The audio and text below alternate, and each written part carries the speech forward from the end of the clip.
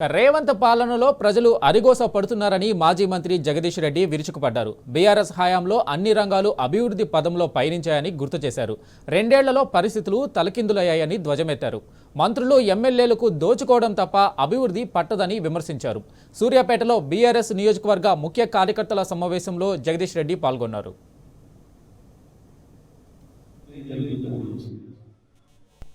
అనేక హామీలు ఇచ్చి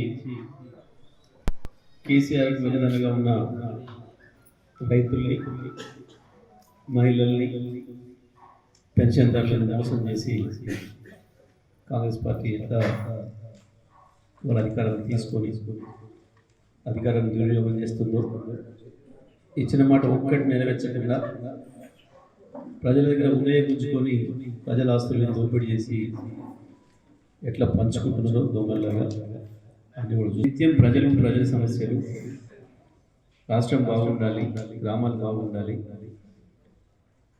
అనేది ఆలోచనతో పనిచేసేది. ఇప్పుడున్న మంత్రులకు, ఎమ్మెల్యేలకు కేవలం ఏడ దొరుకుతుంది, ఏడ దోసుకోవాలి, ఏడ వంచుకోవాలి, అసలు మాట్లాడడానికి కూడా వీలు కానటువంటి అవినీతి.